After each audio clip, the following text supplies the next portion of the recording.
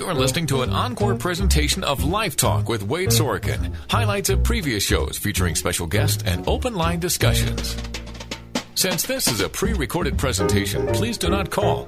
And now, Life Talk with Wade Sorochan on AM 930, The Light. Oh, yeah, and we're talking about girls and boys and the clubs for girls, like Girl Guides, and co-ed scouts now. Is that a good thing? Let's talk to Darren. Hello, Darren. Hi, Wade. Hi, Darren. What do you think about all this? I think it's just a result of feminism. And it's not just in sports. It's worked its way into the workforce.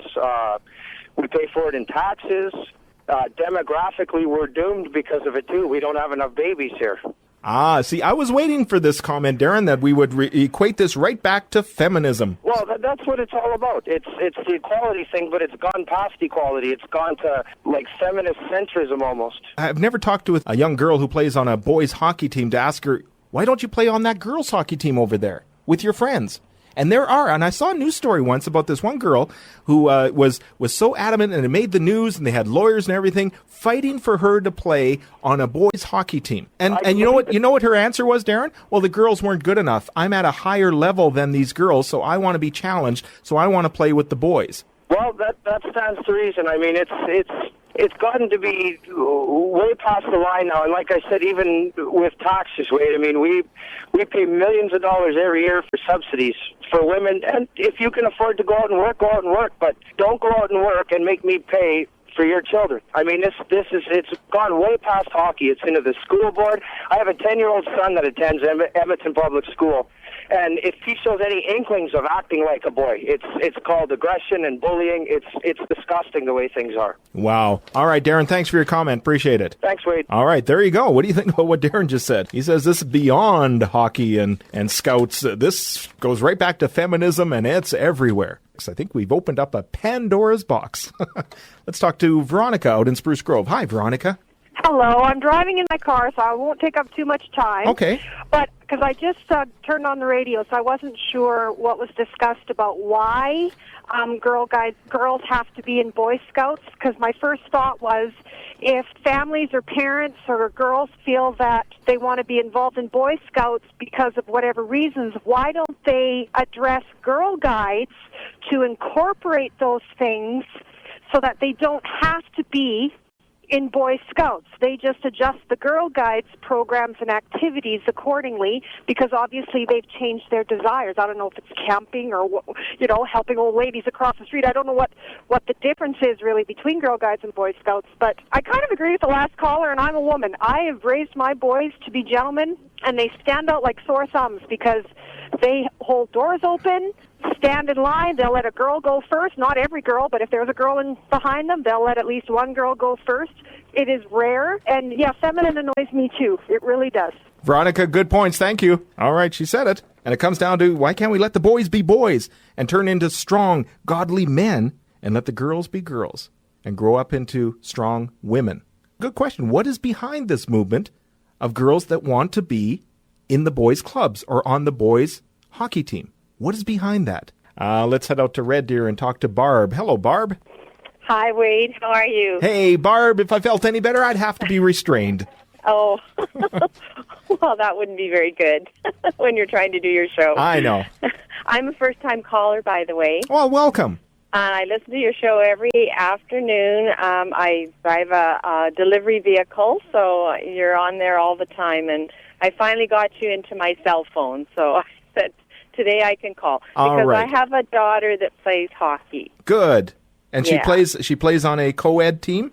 No, she actually plays on a girls' team now, but she did start out in the co-ed leagues. Right. She was originally, when they're really little here in Red Deer, they mix them all together, right, boys and girls. Okay. And because she was such a strong player, she just kept wanting to play with the boys because she was challenged.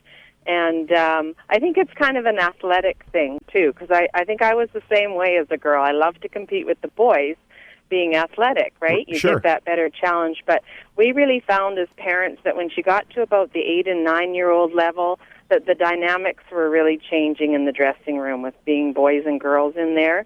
So fortunately, at that point, our Red Deer League here had a girls' team going at a little older level, and she was able to move into it, and it was the best thing for her. Sure, So I can see if there were no programs for girls, if there were no hockey leagues for girls, and girls really wanted to play hockey, I would say, okay, let's open it up. But you know what? There are a lot of leagues for girls. So it's there's lots of choice now. And so I kind of question, this is when I have this discussion, I kind of question what's behind the choice to really push hard. And there have been parents in the news lately, in the past year or two, really pushing hard for little Susie to be on that boys' team. Yeah. And, I understand both sides of it. I understand that as an athlete, you want to be totally challenged. And sometimes there are girls that are very strong athletes, and being with other girls just isn't enough challenge. And that's why they want to play boys. But I also think that the girls have to get developed, right? They have to be playing with each other and developing through. Eventually, they all catch up. Yeah. So now she's 17 playing girls, and they're a very high-level team. They're the highest level here that we play in Red Deer. And she's going to go on to college and everything else. But I think the girls are as driven as the boys to get up to those scholarship and college levels. And I think that motivates it too, right? Yeah, absolutely. Yeah. Well, those are great points, Barb. And now that you have the number in your phone, I look forward to calling. After a first-time caller, you can be a second, and we'll go from there. Great. Thanks, Wade. Okay, thank you, Barb. There you go. There's a mother who explains it very well. A girl who wants to be challenged. So at the one level, needed to be challenged, be with the boys. But then she realized that 8, 9-year-old, dynamics change, and now she's playing on the team where they're all pretty much being challenged as girls, all girls. What do you think? Let's head out to Millet and talk to Ken. Hello, Ken.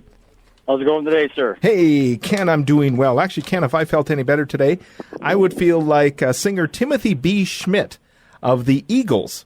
He's celebrating a birthday today. One of my favorite bands is the Eagles. Timothy B. Schmidt is 62. And, if I had a chance to ask Timothy, maybe I will right now. Timothy, can you tell me why the Eagles keep touring when you keep saying it's your last tour?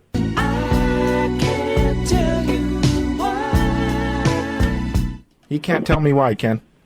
Yeah, it must be like our topic of conversation, maybe. There's really not a one outright explanation for why girls play hockey with the boys. Eh? Yeah, okay, well, help with this conversation, Ken. What do you think? Well, my son played hockey, 11, 12 years, right up to juniors, and there was a young lady that played right alongside with him and worked out with the boys. It was an equal player. There was no special attention. Can reiterate with your last caller about the dynamics and the push to, the drivenness of the individual, basically, is kind of what it boiled down to. But, there was a couple issues. One, there's no organized, girls hockey out this way within probably a 50-mile radius other than getting into the major cities, right? Okay. So, that pretty much... led things to her playing on the team. But outside of that, she was one of the roughest, toughest players on the team. She held her own. She fought. She went into the corners. There wasn't nothing that she didn't do. Sure. Couple issues, obviously, with the gender differences. There was allowances made for her to dress early before the guys went in, and the shower situation. Everything was kept appropriately done. And other than that, it's probably an individual thing. It's probably the competitiveness, and it's also has to do with the logistics of communities and what's available and what's not. So. Yeah, I guess that's what it comes down to. And you don't want to, if a girl or has a desire to play hockey, you don't want to say, well, you can't play because there's nothing available for you. Absolutely, yeah. Good, true, yeah. Good points, Ken. Thanks for the call. Okay, have a good one. All right, you too. Let's talk to Margot out in Vimy. Hello, Margot. Yeah, hi. Hey, what do you think? Well, this is a really good conversation because I was, young. I was very much athletic, and I was a tomboy, and I used to play football with the boys and everything until, I got to that age, right? I used to do, all the stuff that the boys did, and I was in the Girl Guides and brownies and all that stuff, and it was so boring. And I wanted to be in the Cubs because they were doing exciting things. They got the Cub cars and they got to go camping, and I don't know what it's like now, but it was boring for the girls. We did stuff crocheting or something, like boring stuff like that. Well, this is exactly cookies. Yeah, right. Exactly what one of my last callers said was that maybe if something isn't exciting for the girls in the girls' club, maybe they need to make it more exciting to keep the girls attracted. That's there. What I think. Yeah, rather than being attracted to what the guys are doing. Exactly. And so I would think that, come on, get with it. If the girls want to do this stuff, let's just do it. Instead of joining the boys, they got their club, we got our club, but more and more girls, it seems, that want to do more of this stuff than when there wasn't too many girls when I was young that wanted to do what I wanted to do. They were all wanting to play with dolls now, while I was wanting to play football, and I wanted to do all the athletic stuff. And that other woman it's true. When you're very athletic, you want the challenge. But, nowadays it seems like there's more and more girl clubs coming up. So that's a good thing. And if it can keep on going that way, we won't have this problem. And they should keep them separate, because we need to have the separate clubs. But yes, we can come together and have, like, say, once a year, the guys and the scouts, they could do something together. Sure. I agree with that. And I'm glad you mentioned football, Margot, because, we've been focusing on these clubs and hockey. But you're right. There's also girls who are playing football on boys' football teams. Yeah. I guess you can't call them boys' football teams. I guess co-ed football. Yeah. Thank you, Margot. Okay, thanks. All right. There we go. Oh, we're getting some good perspective here. Good perspective. Cheryl, hang on. We'll get back to you and others on the line as we've opened up a Pandora's box as to girls playing on teams in co-ed, or should they stick with just the girls in football and hockey and in things like Girl Guides, or should, and it has already happened, scouts are now co-ed. Is that a good thing? More of your calls when we come back.